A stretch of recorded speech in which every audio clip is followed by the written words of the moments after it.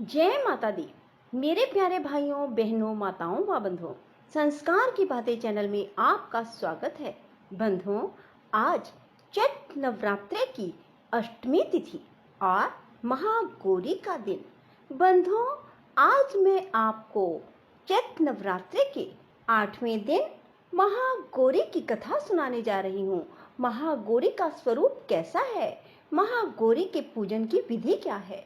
बंधुओं, जो मनुष्य भी नवरात्रि के 8वें दिन महागौरी की कथा को सुनते हैं, महागौरी उन पर प्रसन्न होकर उनकी सभी मनोकामनाएं शीघ्र पूरी कर देती हैं। बंधुओं, पूर्ण विश्वास सच्ची निष्ठा के साथ महागौरी की इस कथा को सुने।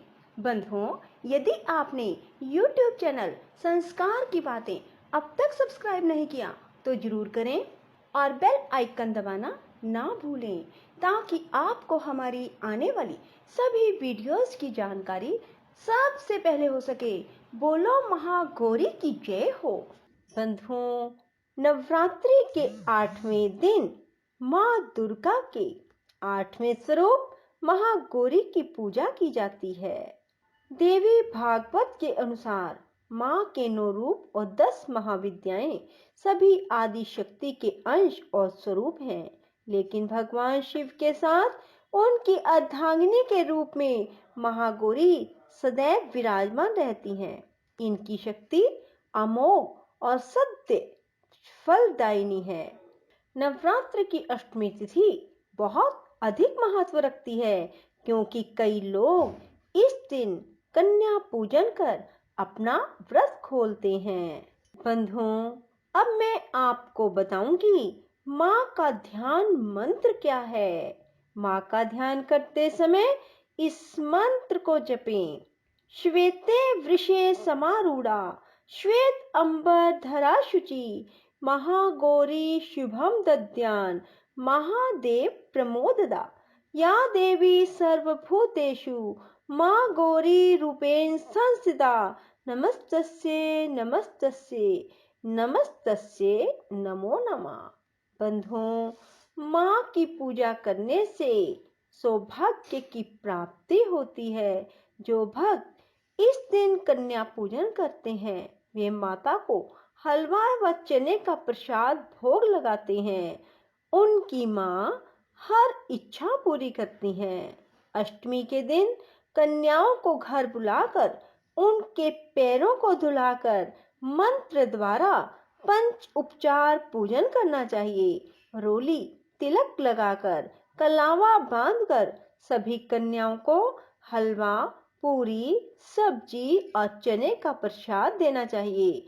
इसके बाद उनसे आशीर्वाद ले अपने सामर्थ्य अनुसार कोई भेंट व दक्षिणा देकर विदा करना चाहिए। ऐसा करने से भक्त की सभी इच्छाएं पूर्ण होती हैं और उन्हें सौभाग्य की प्राप्ति होती है।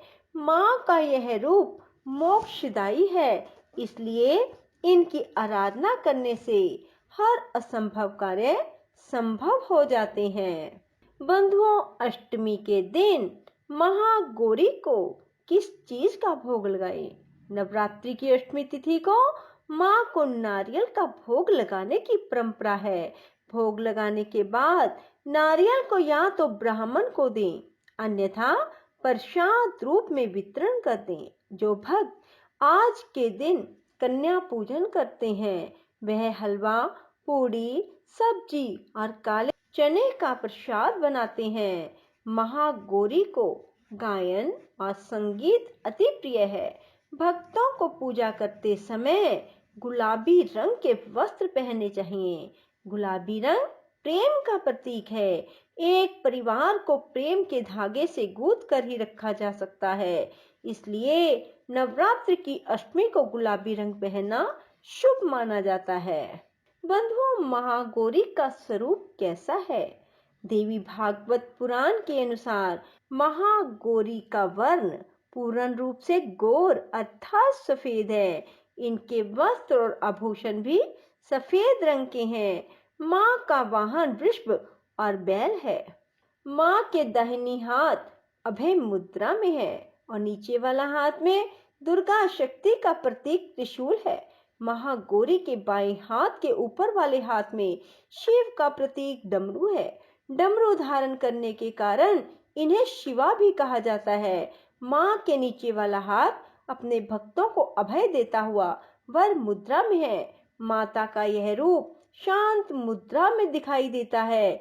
इनकी पूजा करने से सभी पापों का अंत हो जाता है। बंधुओं, माँ गौरी की तपस्या करना बहुत कल्याणकारी है। माता की तपस्या से प्रसन्न होकर भगवान शिव ने उनसे गंगा स्नान करने के लिए कहा।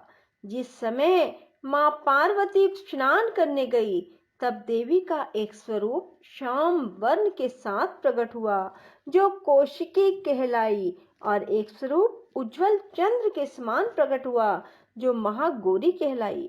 गौरी रूप में माँ अपने हर भगत का कल्याण करती हैं और उन्हें समस्याओं से मुक्त करती हैं। जो व्यक्ति किन्हीं कारणों से 9 दिन तक उपवास नहीं रख पाते, उनके लिए नवरात्र में प्रतिपदा और अष्टमी तिथि को व्रत रखने का विधान है। इससे 9 दिन व्रत रखने के समान फल की प्राप्ति होती है। बंधुओं, माँ का नाम महागौरी कैसे पड़ा?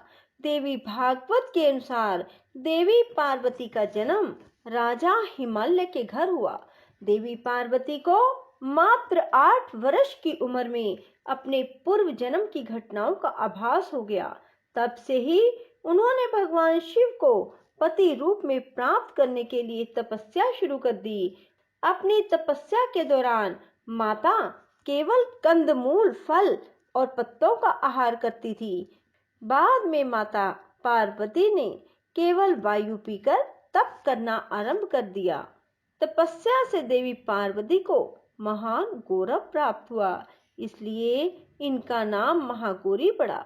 इस दिन दुर्गा सप्तशती के मध्यम चरित्र का पाठ करना विशेष फलदायी होता है। बोलो महागौरी माता जी की जय हो। राधे राधे, जय श्री कृष्णा। बंधुओं, यदि आपको हमारी वीडियो पसंद आए तो इसे लाइक करें और शेयर भी जरूर करें। धन्यवाद।